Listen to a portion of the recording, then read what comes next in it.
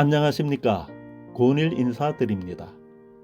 오늘은 불교 중흥을 위한 제안으로 찾아가는 무주상 보시의 법회를 활성화하자라는 주제로 말씀을 나누어 보겠습니다. 오늘 방송을 들으시는 큰 스님들과 법사님들께서는 큰 마음으로 들어주시고, 신도님들께서는 큰 스님들과 법사님들께 제안을 해주시면 고맙겠습니다.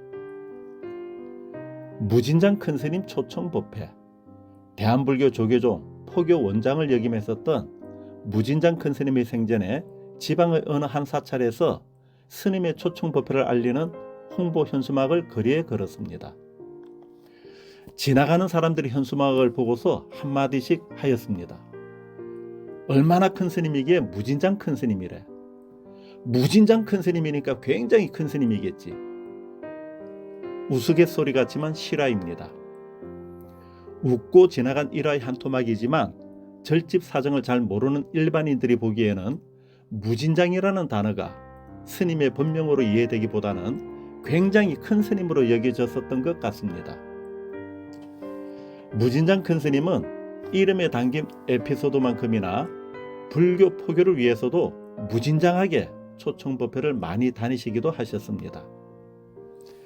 무진장 큰 스님뿐만이 아니라 지금도 법문으로 인기가 있는 많은 큰 스님들이나 종단에서 소임을 보고 있는 스님들은 직함으로 인해서 이절 저절의 초청을 받아서 많은 법문을 다니기도 합니다.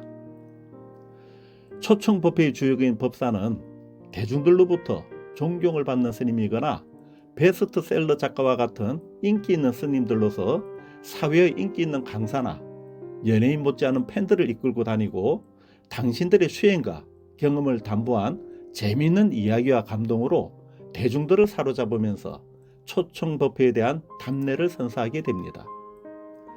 그래서 제법 규모가 있는 사찰이거나 능력이 되는 포교당에서는 연례 행사처럼 때를 맞추어 각종 법회나 행사의 초청법회를 기획하여 큰 스님이나 법사님을 초대하게 됩니다. 이러한 초청법회는 행사의 격을 높이기 위한 방편이기도 하겠지만, 소문으로만 듣고 있던 큰 스님들이나 인기 많은 스님들을 직접 볼 수 있다는 감동을 신도님들에게 선사하기 위한 배려이기도 하고, 또 한편으로는 새로운 신도를 포교하기 위한 방편으로 활용이 되기도 합니다.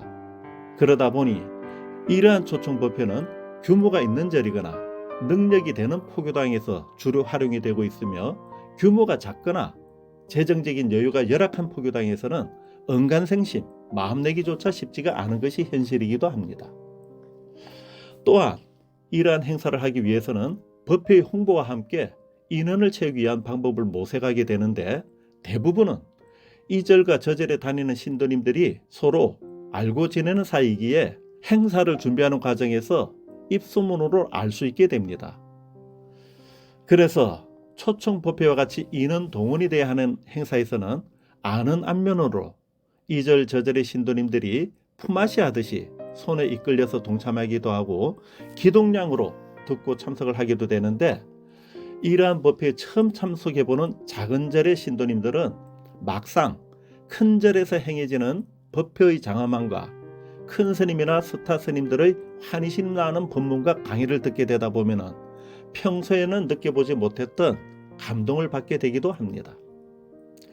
그도 그럴 것이 평소 작은 절에서는 경험해 볼 수 없었던 신도님들로서는 만나보기도 힘들었고 쉽게 볼 수 없는 스님들의 법문을 편안히 앉아서 직접 들으며 볼 수도 있으니, 법회의 장엄함과 함께 법문의 감동을 받게 되는 것은 인지상정일 것입니다.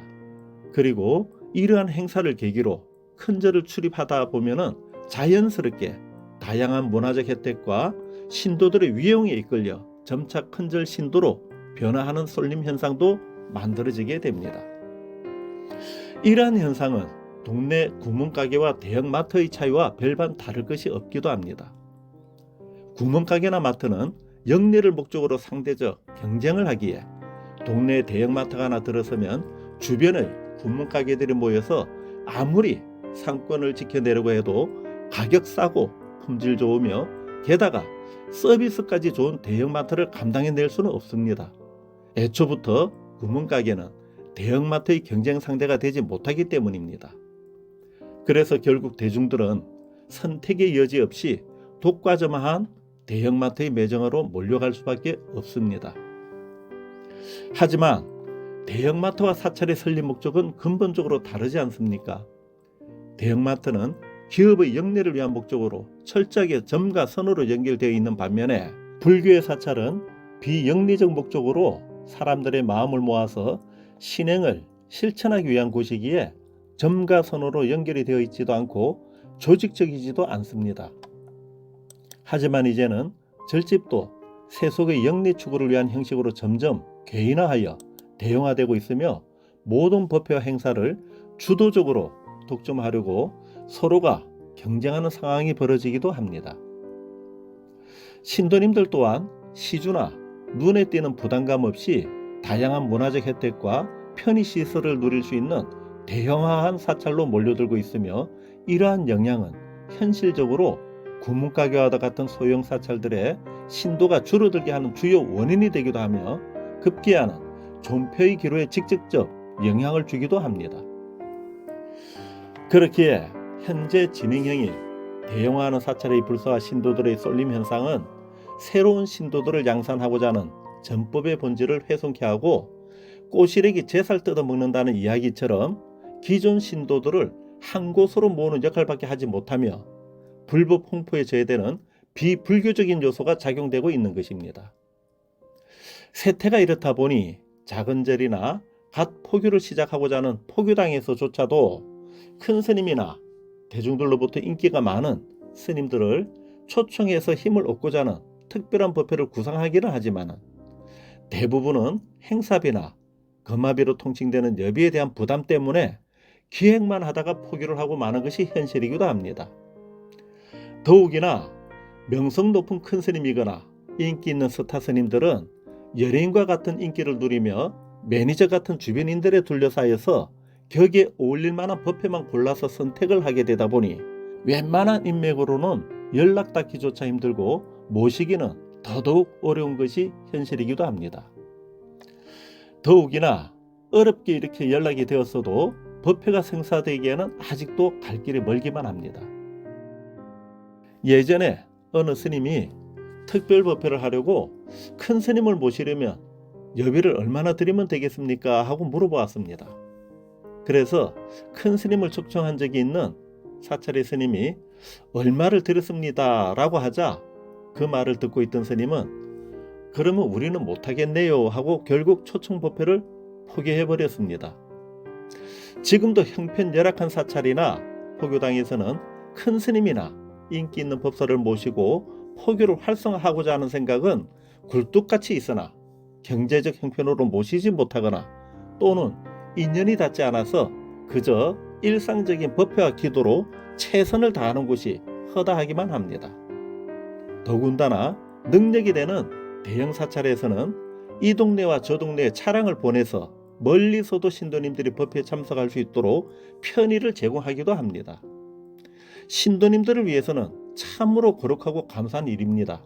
하지만 이 동네 저 동네의 사찰들에게는 존폐에 대한 위기감만 조성할 뿐이지 불교의 저변을 넓히고자 하는 포교에는 전혀 도움이 안 된다고 봅니다. 진정 불법을 홍보하고자 한다면 지역에서나 최선을 다해야 할 것입니다. 스님들의 이야기 중에 사촌 사람들이 신심이 제일 없다고 하는 이야기가 있습니다. 사촌은 절집 아래에 있는 마을을 일컫는 말인데 이곳에서 사는 사람들은 절집 근처에서 스님들의 이 모습 저 모습을 직접 마주치면서 자주 보게 되다 보니 불교를 믿고자 하는 마음은 별로 없고 절집과 가까운 곳에 살고는 있지만 오히려 절에는 나오지 않는 경우가 많음을 이야기한 것입니다.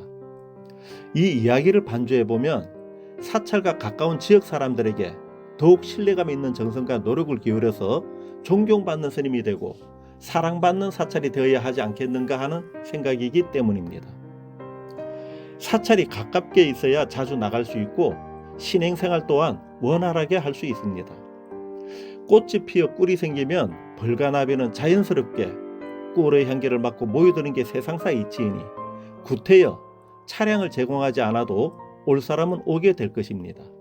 사찰은 수익을 창출하기 위해 만든 영업장이 아니라 사람들의 힘들고 지친 마음을 부처님의 가르침으로 다독이고 행복하게 위로해주는 곳이어야 할 것입니다.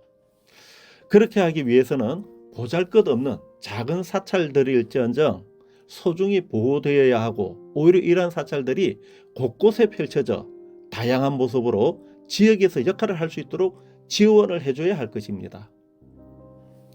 한국 불교가 위기라고 모두들 이구동성으로 말합니다. 실제로 지방의 작은 사찰이나 암자에서는 고령화와 더불어 신도님들의 법회 참석률이 현저하게 줄어들고 있음을 두 눈으로 직접 보면서 실감하고 있습니다. 하지만 이럴 때일수록 지혜를 모으고 힘을 합칠 수만 있다면 위기는 곧 기회가 될 수도 있을 것이라고 여겨집니다. 이순신 장군은 명랑대첩에 앞서서 선조에게 편지를 띄웁니다. 신에게는 아직 12척의 배가 있습니다. 손압도 위기의 한국 불교를 위해서 큰 스님들과 인기 있는 스님과 법사님들께 간절하게 한 말씀 올립니다. 큰 스님, 스타 스님, 법사님들이시여, 이제는 세상을 위해서, 불교를 위해서 무주상으로 찾아가는 법문으로 놔둬 주십시오.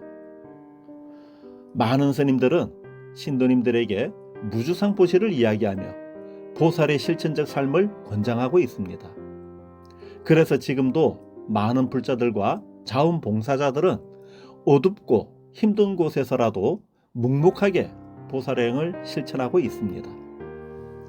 하지만 이제는 우리 스님들이 우리 불교와 스스로를 위해서라도 무주상 보시와 보살의 행으로 버선발로라도 대중교토로 다가가야 하지 않겠습니까? 이러한 방편이 우리 불교가 새롭게 불심의 삭을 틔울 수 있는 희망의 접점이 되지 않을까 싶어 이렇게 말씀드려 봅니다.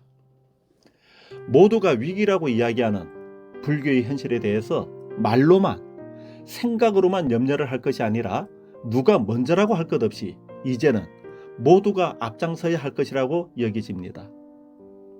그 중에서도 우선적으로 명성 높은 큰 스님들과 인기 있는 스님과 법사님들이 앞장서서 무주상 보시를 실천하고 대중들이 원하는 곳이라면 어느 곳에라도 찾아가는 헌신적 노력이 필요할 것이라고 생각이 됩니다. 그리고 이왕이면 보잘것없는 작은 절이나 재정적 형편이 어려운 포교당부터 부르지 않아도 먼저 다가가서 도와줄 것이 없느냐고 물어보면서 지원을 해준다면 이 얼마나 환희심 나는 일이겠습니까? 이렇게 큰 스님들과 인기 있는 스님과 법사님들이 자발적으로 쫓아가서 봉사하는 마음으로 법회를 지원해 준다면 열악한 환경과 어려운 곳에서 고군분투하는 사찰과 포교당에서는 천군만마와 같은 힘을 얻게 되는 계기가 될 것이고, 보잘것없는 작은 절에서 신심 하나로 신행생활을 하고 있는 불자님들에게는 환희심이 배가 되는 감동을 선사하게 될 것이라 여겨집니다. 감사합니다. 새불교 운동에 제안하고 싶은 내용이나 함께 공유하고 싶은 사연이 있으시면 언제라도 이메일과 카카오톡으로 연락 주십시오. 이메일 182x108ex@gmail.com, 카카오톡 아이디 182-108. 감사합니다. 나무아미타불 관세음보살 지장보살 마살.